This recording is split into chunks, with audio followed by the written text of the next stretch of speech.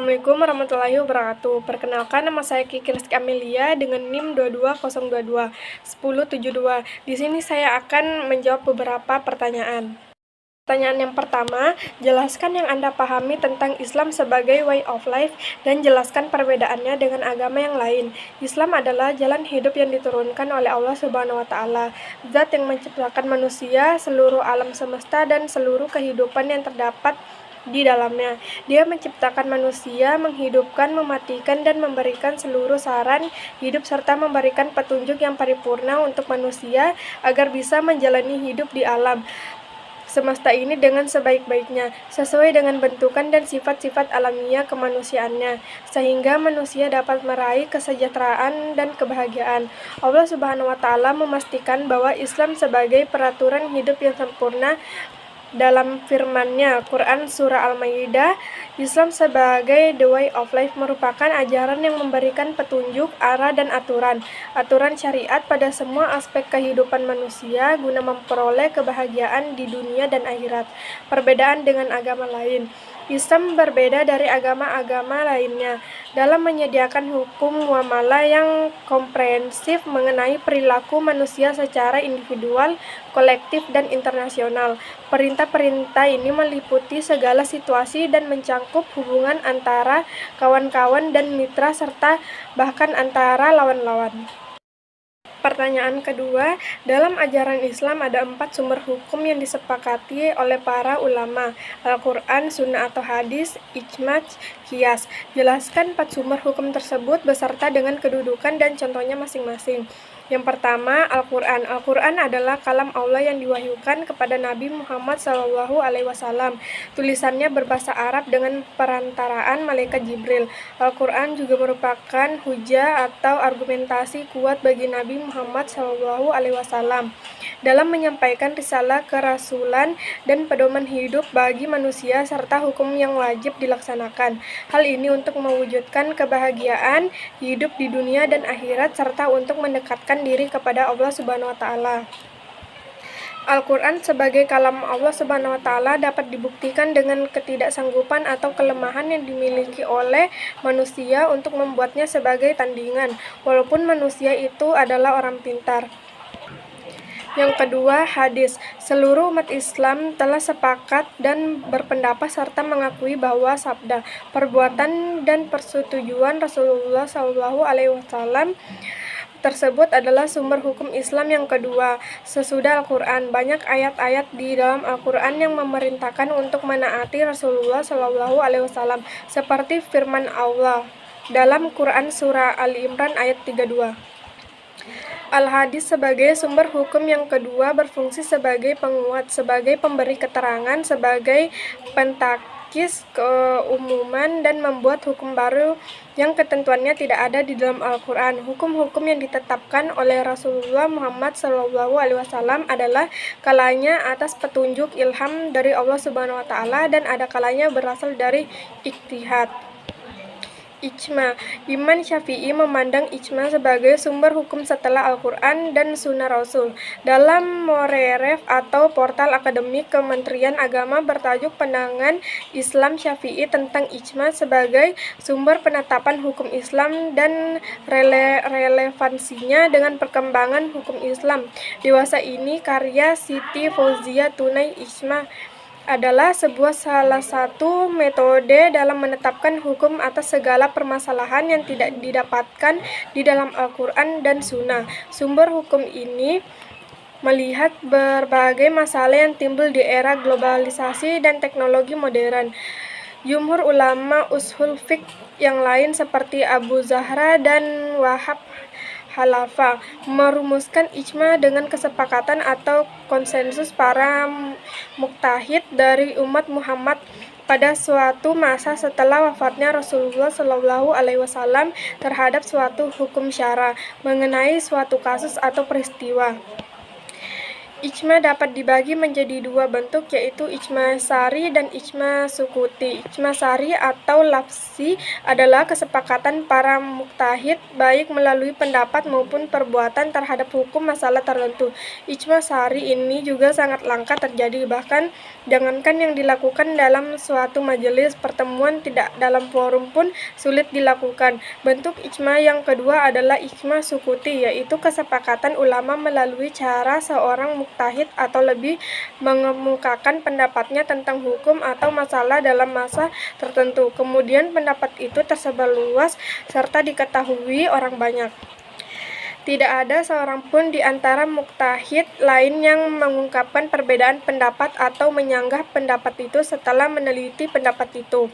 Yang keempat, kias. Sumber hukum Islam selanjutnya yakni kias analogi. Kias adalah bentuk atau sistematis dan yang telah berkembang varirayu yang memainkan peran yang amat penting. Sebelumnya dalam kerangka teori hukum Islam Al-Syafi'i, kias menduduki tempat terakhir karena ia memandang kias lebih lemah daripada ijma. Selanjutnya, pertanyaan ketiga, jelaskan secara singkat dan jelas asal-usul dan proses penciptaan manusia dari Nabi Adam alaihissalam. Asal mula penciptaan Nabi Adam dikisahkan dalam kitab suci Al-Quran bahwa Allah bercakap-cakap dengan malaikat. Allah memberitahu malaikat bahwa akan ada penciptaan makhluk yang dinamai manusia. Manusia akan mengemban tugas sebagai khalifah di bumi. Malaikat protes, tidak setuju dengan hal yang direncanakan. Malaikat yakin kalau manusia hanya akan membawa bencana bagi bumi. Mereka akan membuat kerusakan, permusuhan, juga pertumpahan darah. Malaikat merasa keberadaan dirinya saja sudah lebih cukup sebagai ciptaan Allah, karena mereka senantiasa bertasbih, memuji, dan mengagungkan Allah. Allah berfirman bahwa Dia mengetahui apa yang tidak diketahui oleh malaikat. Seperti kita ketahui, manusia itu tercipta dari saripati tanah. Demikian juga yang diceritakan dalam Al-Quran surah As-Sajdah ayat 7-9 yang memperindah segala sesuatu yang Dia ciptakan dan yang memulai penciptaan manusia dari tanah. Kemudian Dia menjadikan keturunannya dari saripati, air yang hina, air mani. Kemudian Dia menyempurnakannya dan meniupkan roh ciptaannya ke dalam tubuh yang Dia menjadikan pendengaran, penglihatan, dan hati bagimu. Tetapi sedikit sekali kamu bersyukur. Surah ini menceritakan bahwa Allah mengetahui hal yang gaib dan nyata. Dia menciptakan wujud sempurna manusia dari tanah. Dia juga menciptakan keturunan manusia dari air mani. Kemudian ditiupkan roh untuk menghidupkan.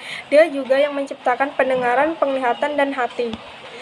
Setelah Nabi Adam diciptakan, Allah memberi perintah pada malaikat dan iblis untuk bersujud padanya. Walaupun para malaikat diciptakan dari cahaya, mereka taat pada perintah Allah. Para malaikat kemudian bersujud pada Nabi Adam. Lain halnya dengan iblis, ia merasa derajatnya lebih tinggi dari Nabi Adam dan menolak untuk bersujud. Iblis memang diciptakan dari api, itu sebabnya ia tidak mau bersujud pada Nabi Adam. Adam yang diciptakan dari tanah dianggap lebih hina kemuliaannya oleh iblis. Surah Al-Baqarah ayat 34 menjelaskan hal ini. Sujudlah kamu kepada Adam, maka sujudlah mereka kecuali iblis. Ia enggan dan takabur, dan ia termasuk golongan orang-orang yang kafir. Kelancangan iblis membangkang membuat Allah sangat murka. Iblis telah durhaka dan hukumannya adalah keluar dari surga. Iblis yang sombong bukannya bertobat dengan hukuman yang diberikan, ia malah mengeluarkan sumpah akan menggoda Nabi Adam dan keturunannya agar sesat. Iblis ingin manusia menemani dirinya di neraka. Nabi Adam dianugerahi usia yang panjang oleh Allah. Banyak riwayat yang menceritakan bahwa Nabi Adam diberi usia hingga 1000 tahun. Namun, dalam hadis yang diriwayatkan Abu Hurairah, diceritakan kalau Nabi Adam pernah memberikan umurnya sejumlah 40 tahun untuk Nabi Daud. Pada saat itu, Nabi Adam kagum dengan cahaya yang berkilau di antara matanya. Kemudian ia bertanya pada Allah tentang manusia itu. Allah menjawab bahwa manusia itu salah satu keturunan Adam, umat akhir zaman. Adam bertanya mengenai umur Daud dan Allah menjawab bahwa dia memberikan 60 tahun padanya. Nabi Adam lalu meminta Allah untuk menambahkan 40 tahun umur Daud yang dikurangi dari umurnya. Pertanyaan keempat, dalam Al-Quran ada 5 konsep manusia. Sebutkan dan jelaskan. 5 hal pokok yang terkandung di dalam kitab suci Al-Quran adalah hal pokok yang pertama adalah akidah. Akidah yaitu kandungan Al-Quran yang berhubungan dengan keyakinan. Contoh kandungan Al-Quran yang termasuk dalam kategori akidah adalah tentang perintah mengesahkan Allah, tidak menyekutukan Allah, dan keimanan kepada hari akhir. Hal pokok yang kedua adalah akhlak. Akhlak yaitu kandungan Al-Quran yang berhubungan dengan perilaku umat manusia. Contoh kandungan Al-Quran yang termasuk dalam kategori akhlak adalah tentang perintah untuk selalu jujur, berbaik sangka, amanah, dan juga sabar. Hal pokok yang ketiga adalah ibadah. Ibadah yaitu kandungan Al-Quran yang berhubungan dengan tata cara beribadah. Contoh kandungan Al-Quran yang termasuk dalam kategori ibadah adalah tata cara wudhu dan juga tata cara puasa. Hal pokok yang keempat adalah muamalah. Muamalah yaitu kandungan Al-Quran yang berhubungan dengan tata cara berinteraksi dengan sesama manusia. Contoh kandungan Al-Quran yang termasuk dalam kategori muamalah adalah aturan tentang jual beli. Hal pokok yang kelima adalah tarik. Tarik kandungan Al-Quran yang berhubungan dengan kisah umat terdahulu. Contoh kandungan Al-Quran yang termasuk dalam kategori tarik adalah sejarah Nabi Yusuf dan sejarah Nabi Ibrahim. Yang kelima, dalam Quran Surah Al-Mu'minun dijelaskan beberapa karakteristik dari orang beriman yang akan meraih keberuntungan. Sebutkan dan jelaskan serta apa upaya yang sudah kalian untuk meraih predikat tersebut. Pertama adalah mereka yang khusyuk di dalam sholat. Ini adalah kriteria paling awal yang disebutkan Allah di dalam Surah Al-Mu'minun. Allah berfirman, "Qad allafa mu'minun allazina hum fi sholatihim khasyi'un," yang artinya sesungguhnya beruntunglah orang-orang yang beriman, yaitu orang-orang yang khusyuk di dalam salatnya. Kedua, menahan diri dari obrolan yang tidak berguna. Orang-orang mukminin selalu jujur dalam berkata-kata. Mereka juga tidak berkata-kata kecuali perkataan yang baik. Perkataan pun biasanya akan dapat menghasilkan faedah bagi dirinya sendiri dan sekelilingnya. Dalam ayat ketiga surah Al-Mu'minun, Allah berfirman, "Wallazina hum 'anil lagwi muhriduna," yang artinya dan orang-orang yang menjauhkan diri dari perbuatan dan perkataan yang tidak berguna, sebab mereka menghindari perkataan dan perbuatan yang tidak bermanfaat. Mereka juga tidak selamat dari ancaman fitnah dan juga kejahatan dari banyaknya perkataan. Ketiga, menunaikan zakat. Ciri-ciri orang mukminin juga mereka selalu menunaikan zakat, menyisihkan hartanya untuk berbagai jenis zakat yang sesuai dengan perolehan hartanya. Wallazina hum lizzakati fa'iluna, dan orang-orang yang menunaikan zakat. Keempat, menghindari zina. Allah Subhanahu wa taala berfirman dalam ayat kelima surah Al-Mu'minun, "Wallazina li furujihim fa'azzirun," yang artinya dan orang-orang yang menjaga kemaluannya, yang bermakna menjauhkan diri, menahan diri dari zina. Seseorang mukminin hanya menyalurkan hasrat seksualnya terhadap yang halal saja baginya, seperti suami ke istri dan sebaliknya. Yang kelima, mukminin yang amanah dan menjaga baik hak dirinya maupun hak orang lain. Seorang yang mukminin juga mereka yang selalu menjaga amanah apabila ia dipercaya, diberikan amanah tersebut. Wallazina hum li amanatihim wa ahdihim rauna, dan orang-orang yang memelihara amanat-amanat yang dipikulnya dan Pertanyaan ke-6, jelaskan hakikat iman dan apa pengaruhnya dalam kehidupan kalian. Sertakan contoh tindakan kalian yang didasari keimanan penuh kepada Allah. Iman artinya dalam Islam menurut segi istilah disebut sebagai keyakinan bulat yang dibenarkan oleh hati, diikrarkan oleh lidah, dan dimanifestasikan dengan amalan atau pembenaran dengan penuh keyakinan, tanpa adanya sedikit pun keraguan mengenai ajaran yang datang dari Allah dan Rasulullah.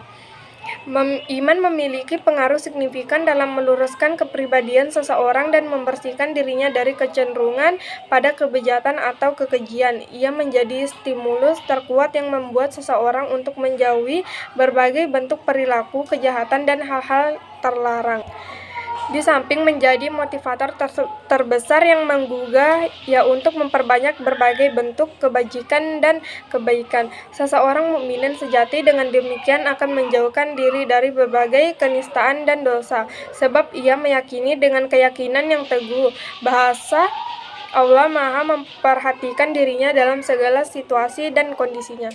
Yang ketujuh, tauhid adalah inti dari ajaran Islam. Apabila diaplikasikan, memberikan pengaruh positif terhadap seluruh aspek kehidupan manusia.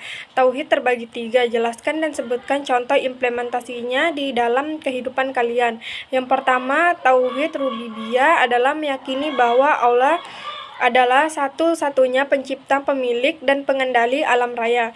Dia dapat menghidupkan dan mematikan dengan takdirnya, serta dapat mengendalikan seluruh alam semesta dengan sunah-sunahnya.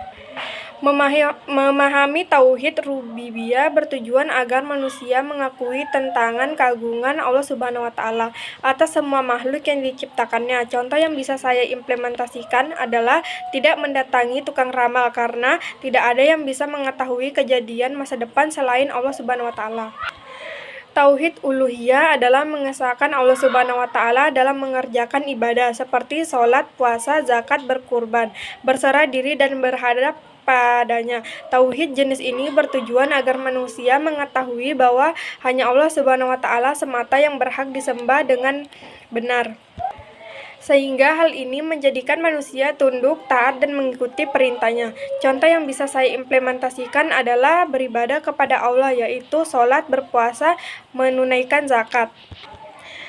3. Tauhid asma wa sifat. Tauhid asma wa sifat adalah beriman kepada nama Allah Subhanahu wa Ta'ala dan sifatnya sebagaimana termasuk dalam Al-Quran dan Sunnah Rasulnya. Mempelajari tauhid yang artinya beriman kepada nama Allah dan sifatnya ini bertujuan untuk mengetahui bahwa apa yang Allah Subhanahu wa Ta'ala sifatkan untuk dirinya adalah benar, hak, dan mutlak. Contoh yang bisa saya implementasikan adalah tidak melakukan tindak kejahatan atau perilaku tidak terpuji, karena segala sesuatu atau tindakan yang dilakukan Allah Subhanahu wa Ta'ala mampu melihatnya, karena sebagaimana Al-Basir adalah Maha Melihat.